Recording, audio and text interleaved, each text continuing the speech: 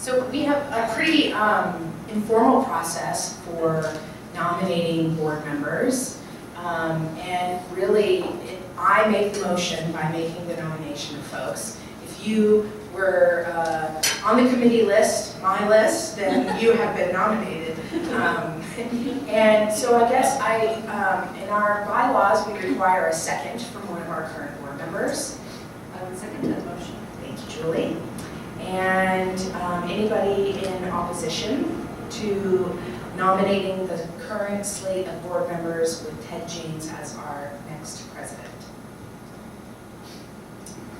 I always take silence as consensus. It seems to be an easier. Congratulations to our new board members. I personally am very excited to work with all of you. I know we all are. Well, I could have an answer for that, but I would think that this might be the perfect opportunity to allow our new president, Ted James, to speak up. He is a longtime Riverwatch advocate, and I need to caution everybody, we don't have a tremendous amount of resources. We rely on some of the same resources that you all do, so we end up competing with each other.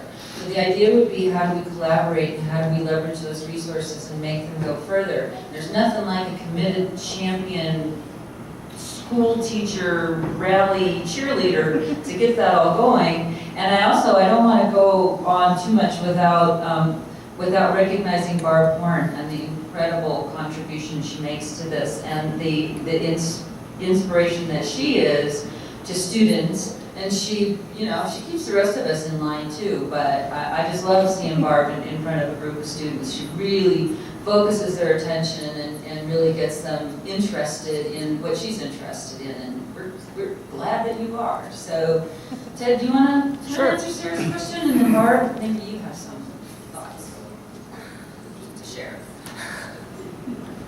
Hello. First of all, I want to say it's a tremendous honor for me to accept the nomination as president. It's I'm very humbled, especially by the caliber of the other people in the organization. I originally got involved as a Riverwatch teacher. I started a program down at Eagle Valley Middle School. Prior to that, I was living over in Grand County in Grand Lake, and I was a teacher at East Grand Middle School there. And I started hearing about Riverwatch from my local Division of Wildlife officers. In the summer, I was a Forest Service ranger leading nature hikes, and I thought, boy, I really want to get involved with Riverwatch. And so it's just amazing to see where we are today. And I'm very interested in helping watershed groups connect with their Riverwatch counterparts in their watershed. Both groups can really help each other out a lot, but also, because of the work that the Riverwatch students are doing, that really frees up the watershed groups to do a lot of projects and things that they want to do. I invite dialogue with folks in watersheds that have Riverwatch groups, and we will try to help get you all connected. In the 15 years that I was a Riverwatch teacher, we probably trained 600 students. I was kind of amazed this morning. It's like a small world. I signed up for Will Murray's workshop about scenario planning. And when I saw the name, I thought, I wonder if this is the Will Murray that I worked with back in 1981. Well, it turns out it was. He and I were both science teachers for the Yosemite Institute out in Yosemite National Park. And I walked in and I looked at him, I thought, that's got to be Will. And as I was looking at him, I didn't realize who I was sitting next to, but it took me another instant, and it was Henry, one of my former Riverwatch students, when he was 12. And he's a senior at the University of Colorado, and he's really interested in the water resource and going into water education, so that's why he's here. And I think there's tremendous opportunities to connect these students with the groups in their community, or for at least for them to be aware of them.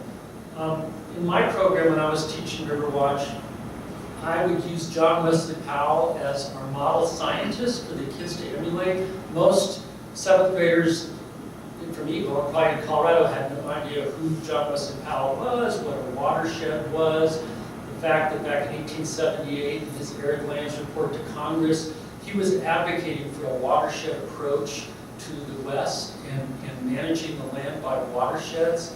And of course, we didn't listen to them then, and we're having problems now. But this is a great moment in history for us to come together as grassroots groups and take community action and manage together. Now, in Will's session this morning, we learned to plan for different possible scenarios and to look for some of the common strategies that you would use irregardless of what the scenario was. And we're like thinking out 25, 30 years in the future. And on all of those strategies, major one was educating the public, especially young people. And the Riverwatch students of today, fast forward 30 years, they're going to be 40, 45, 50 years old. They're going to be the leaders in our community. And so I'm very thrilled of the kind of support around the state for Riverwatch, and we're going to try to keep that going. But most importantly, CWA, we're a membership organization. We want to better serve all of our watershed groups. We need your input, your feedback. We don't have a lot of resources right now, but my goal is to try to change that and hope that we can provide even more services than before. So I don't know if that answered your question, Sarah, but... We'll talk over beer. Okay, great. Thank you so much.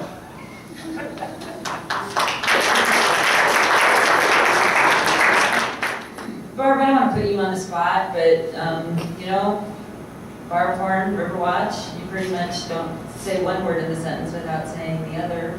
Is there anything you'd like to give us some guidance on, direction going forward with Riverwatch? The Parks and Wildlife has a new focus on water issues, from what I understand. You know more than I do. Oh, do it?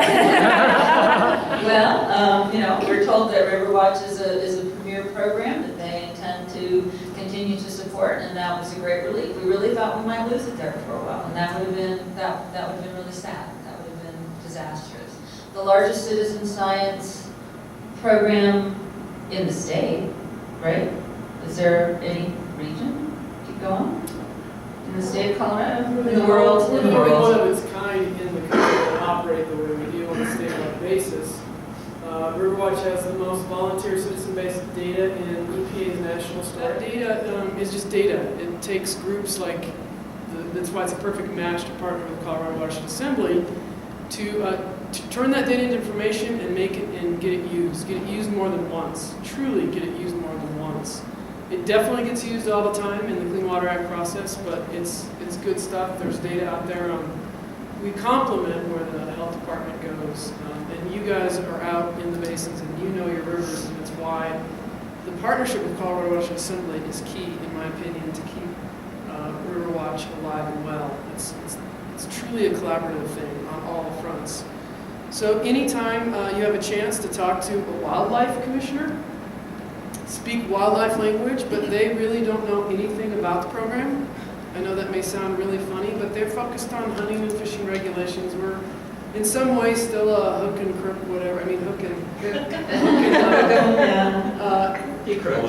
I've learned in my career that you're never done informing and educating, and we're all marketers.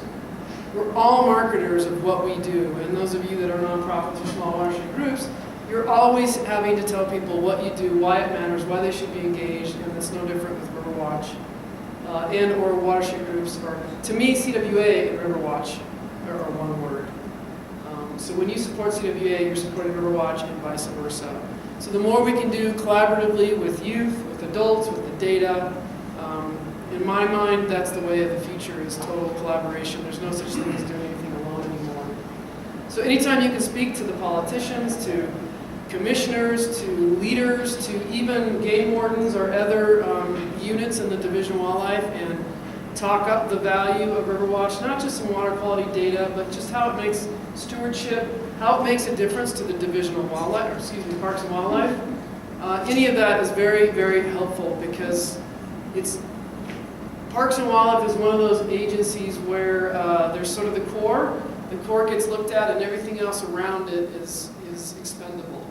And Riverwatch is one of those expendable things. So we have to constantly market and communicate internally as well as externally to keep it going. So CWA and Riverwatch are representing them. So thank you for your support to date, and I look forward to how it's going to grow. Thank you very much, Barb.